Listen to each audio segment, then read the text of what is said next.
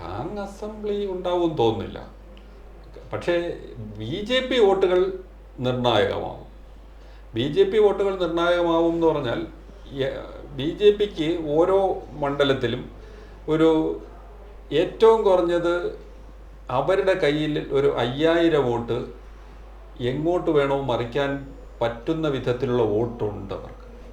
ആ വോട്ട് അവർ മറിക്കുമെന്നൊന്നും അല്ല ഞാൻ പറയുന്നത്, പക്ഷെ മറിക്കാൻ സാധ്യതയുള്ളൊരു അവർ വിചാരിച്ചാൽ, കാരണം ഇവിടെ CPM പോലും അങ്ങനെ മറിക്കണം എന്ന് വിചാരിച്ച് അങ്ങനെ മുഴുവനായിട്ട് മറിക്കാൻ പറ്റില്ല. മഞ്ചേശ്വരം പോലുള്ള സ്ഥലത്തൊക്കെ പറ്റുമായിരിക്കും, പക്ഷെ എല്ലായിടത്തും പറ്റിക്കൊള്ളുന്നില്ല. പക്ഷേ ഈ മിലിറ്റൻ്റ് ആയിട്ടൊരു സംവിധാനം അങ്ങനെയുള്ള ഒരേ ഒരു രാഷ്ട്രീയ പാർട്ടി BJP ആണ്. അപ്പോൾ കേരളത്തിൽ ഞാൻ മനസ്സിലാക്കുന്നത് ആര് ജയിക്കണം എന്നുള്ള ഇല്ലെങ്കിൽ ആര് തോക്കണം എന്നുള്ളതിൽ വളരെ നിർണായകമായ ഒരു തീരുമാനം ഉണ്ടാകുന്നത് അവരുടെ കയ്യിൽ നിന്നായിരിക്കും.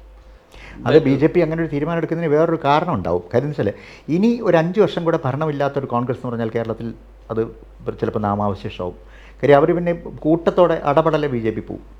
അങ്ങനെ കോൺഗ്രസ് ഇല്ലാത്തൊരു കേരളം, കോൺഗ്രസ് വിമുക്ത കേരളം എന്നുള്ള BJPയുടെ ഒരു അജണ്ട. കാര്യം രണ്ടാമത്തെ 2 പാർട്ടികളുടെ ഇടതുപക്ഷ ജനാധിപത്യ മുന്നണി ഒരു വശത്തും BJPക്ക് ഭൂരിപക്ഷമുള്ള ഒരു മുന്നണി മറുവശത്തും, കോൺഗ്രസ് ഇപ്പോൾ ബംഗാളിലൊക്കെ ഉള്ള പോലെ ഒരു തുച്ഛമായ ഒരു മാർജിനൽ പാർട്ടിയായിട്ടൊരു ഭാഗത്ത് നിൽക്കുന്ന ഒരവസ്ഥ വന്നുകൂടാതിരിക്കില്ല. കാര്യം നമ്മൾ കാണുന്നത് വളരെ കടുത്ത കോൺഗ്രസ്സുകാരായിട്ടുള്ള ആളുകൾ പോലും ഇങ്ങനെ BJP പോയിക്കൊണ്ടിരിക്കുന്നു. യാതൊരു കമ്മ്യൂണിസ്റ്റുകാർ പോകുന്നു, പിന്നല്ലേ കോൺഗ്രസ്. അപ്പോൾ അതുകൊണ്ട് BJPയിലോട്ട് പോകാൻ റെഡിയായി ഒരു വലിയ ജനക്കൂട്ടമുണ്ട് ഇവിടെ. കാര്യം അവർക്ക് അതിനകത്ത് മോഹിപ്പിക്കുന്ന ഒരുപാട് കാര്യങ്ങളുണ്ട്, അവരെ ടെംപ്റ്റ് ചെയ്യുന്ന ഒരുപാട് കാര്യങ്ങളുണ്ട്. പ്രധാനമായിട്ടും പണം തന്നെയാണ്. ഇതൊക്കെ കൊടുക്കാൻ തയ്യാറായിട്ടാണ്. അവർക്ക് വോട്ട് മാത്രമല്ല, കോടിക്കണക്കിന് രൂപയും കൈവച്ചുകൊണ്ടാണ് ആ പാർട്ടി ഈ തെരഞ്ഞെടുപ്പിൽ